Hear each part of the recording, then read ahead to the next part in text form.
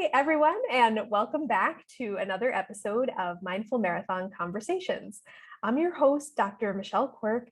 I'm a pediatrician, a run coach, and the founder of Mindful Marathon, where I help make running easy and fun for busy professionals.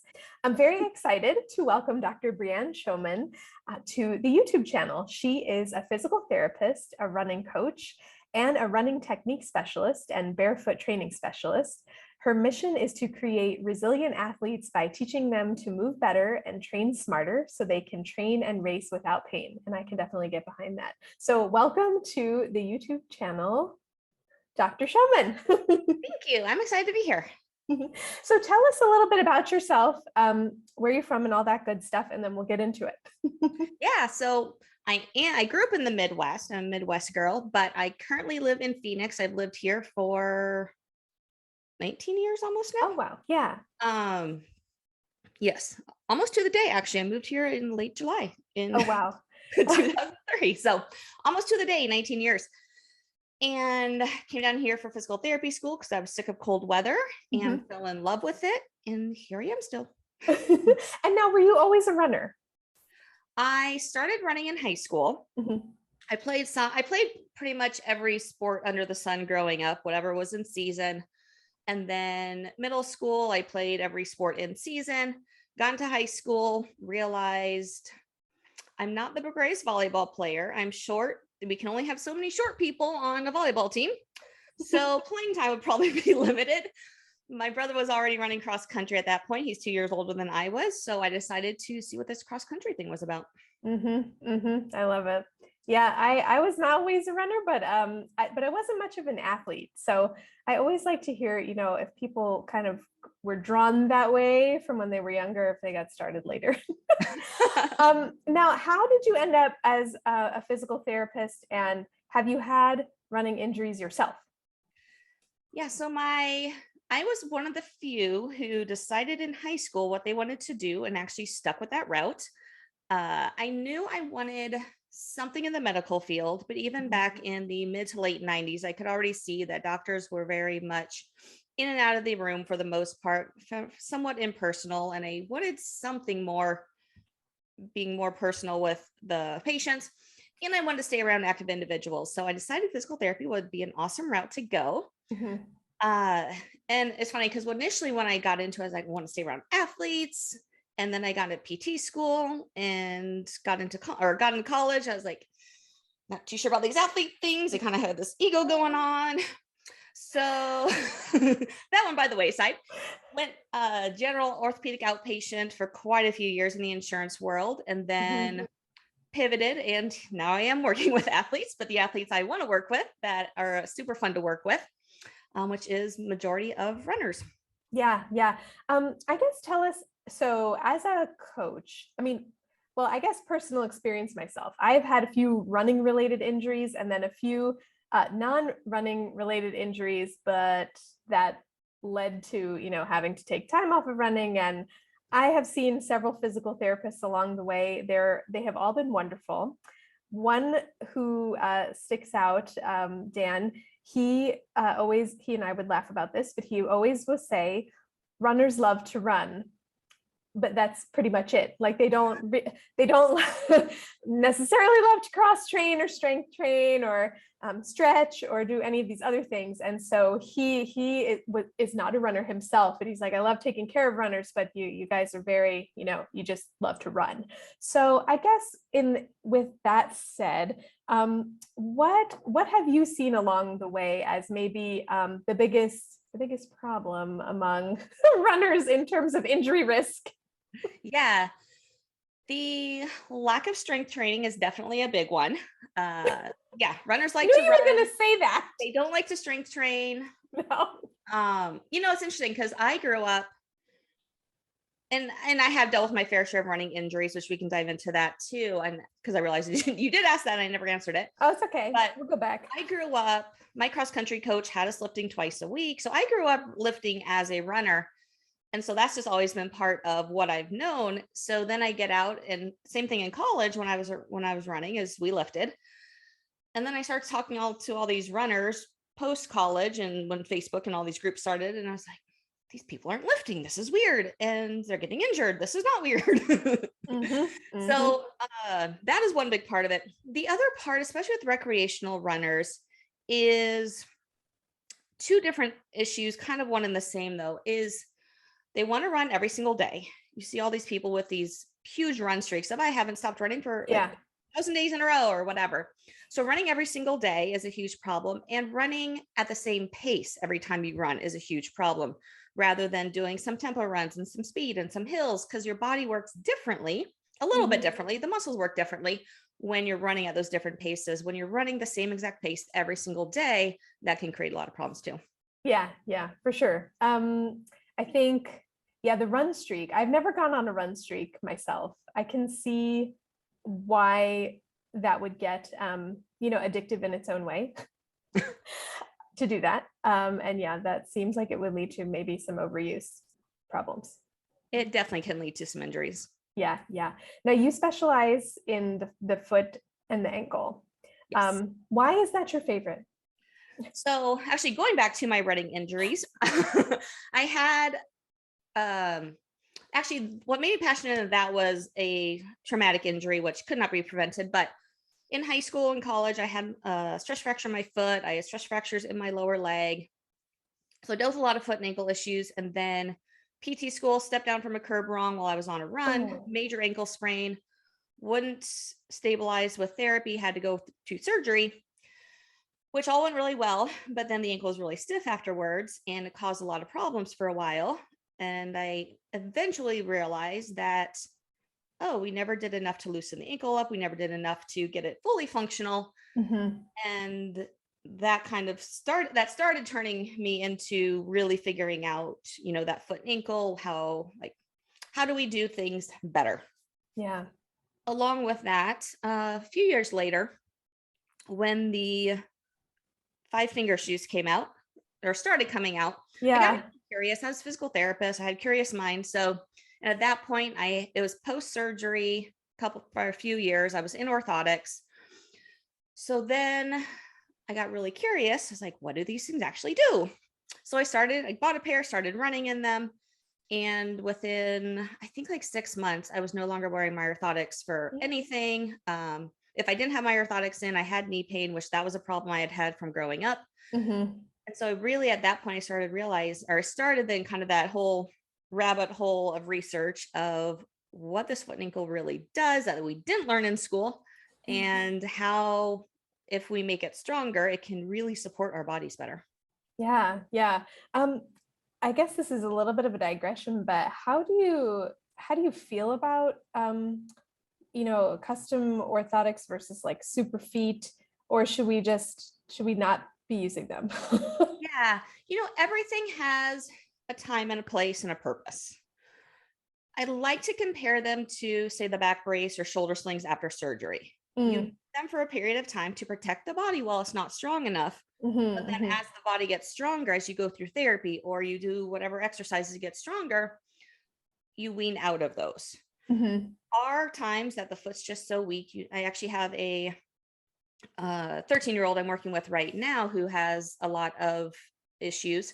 And I told her mom, I said, while she's playing volleyball, while she's at the gym, put her in inserts, but we are going to wean out of them. We just need it temporarily to control her foot a little bit more. So there is a time and place for them. There is a purpose for them. But the important thing is we learn how to actually strengthen our feet in the process so we don't have to be in them long term.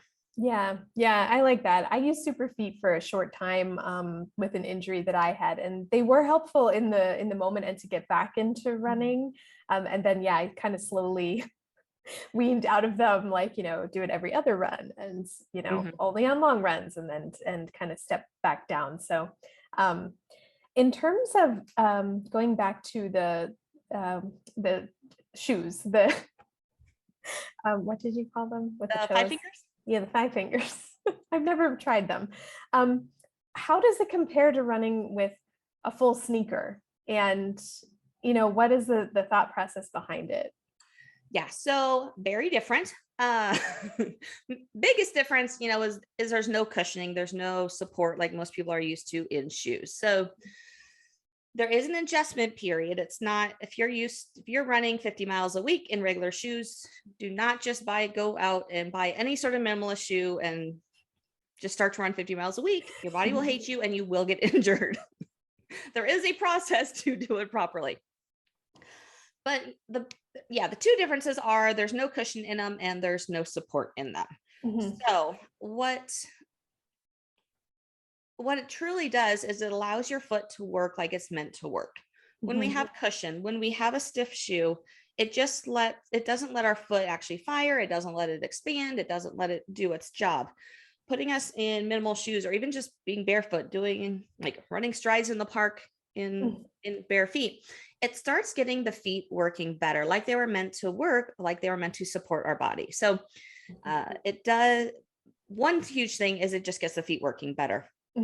The other big thing is when we start looking at running technique, and we can go down a whole rabbit hole of running technique, but when we start looking at running technique, just from the bare minimum, is the more we heel strike, the more force goes through the leg, the more we're putting braking forces through that ground, we're slowing ourselves down naturally.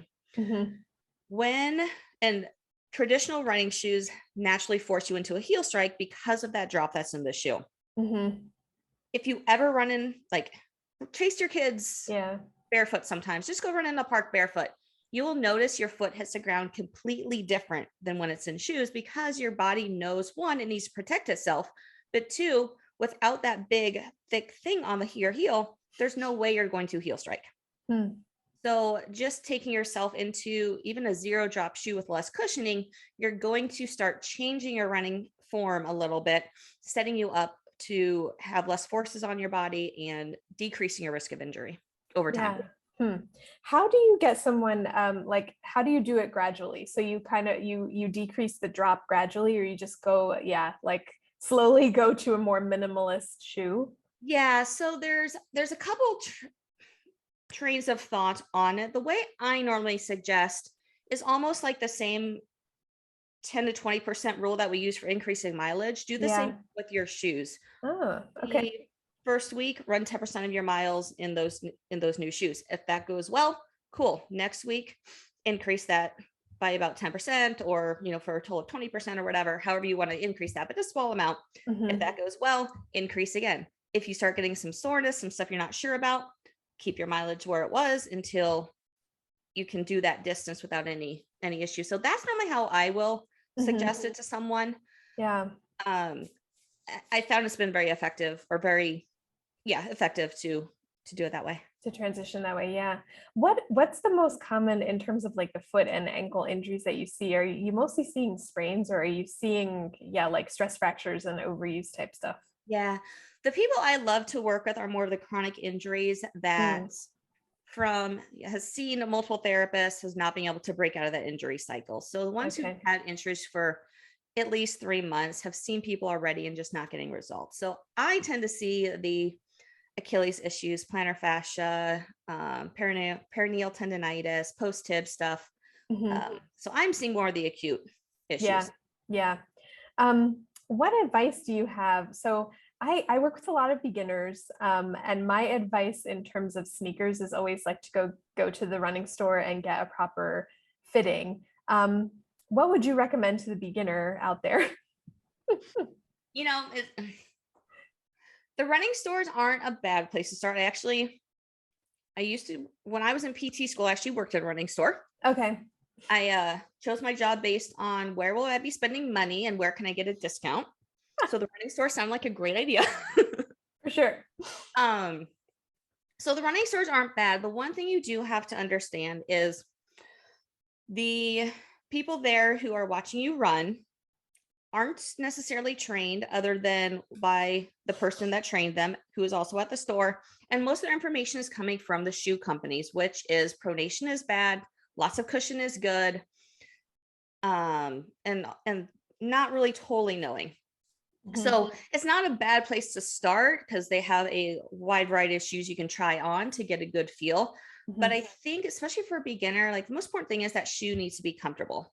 And I think it's also the reason so many shoe companies exist, because a different foot's going to feel better in a different shoe.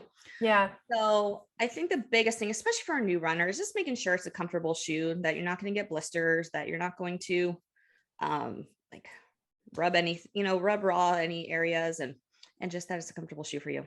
Yeah. Yeah. I like that too. I agree that watching your form may not be the expertise of the person in the in the running store. But it is a good place to start if you don't know. A lot of people get overwhelmed just like trying to go to Amazon or something and looking at thousands of choices and don't know where to start. So, and then they never get started. Yeah. Tell us where we can find you, but you also have some online offerings if people want to delve into that. So I am virtual. Not everyone is appropriate to work with virtually though. So there is that. But as far as finding me, my website is getyourfixpt.com. If you want to just dive into more about what I do, my thought process behind how I treat foot and ankle injuries, I have a masterclass at runwithhappyfeet.com. I love the name of that. I do too. I was very excited to get that. So those are probably the two best places to kind of get more information, like free information on what I do, and just free information. There's a ton of education on my website. You can check out my podcast, Highly Functional. Tons of, basically, I'm breaking down the myths of everything that people are telling you that's probably wrong. So it's a fun rabbit hole to dive into, in my opinion. No, that's great. We need that. We need that as runners. Believe me, there's a lot of misconceptions about running and running injuries, especially. Yes. Yeah. And then social media wise, I am on Instagram at theocrdoc. And then Facebook, you can find my free group. It's called the Running Injury Support Group. Oh, I love that. All right. All right. And I'll leave all the links below so everybody can find you. The masterclass sounds great. And the podcast is awesome. So everybody should go and check that out. Well, thank you for sharing your knowledge with us. You are quite welcome. I'm happy to hop on. I can geek out about this stuff all day. I love it. Well, thank you. Thank you for joining us. And thanks everybody for listening. And we'll catch you soon. Thank you so much for joining us for this episode. If you liked it, please subscribe and share it with a friend. And if you are a newer runner or a runner who hasn't run in a while and you're looking to get back into the sport, you can find out how to work with me over on my website, which is mindful-marathon.com. See you on the next episode.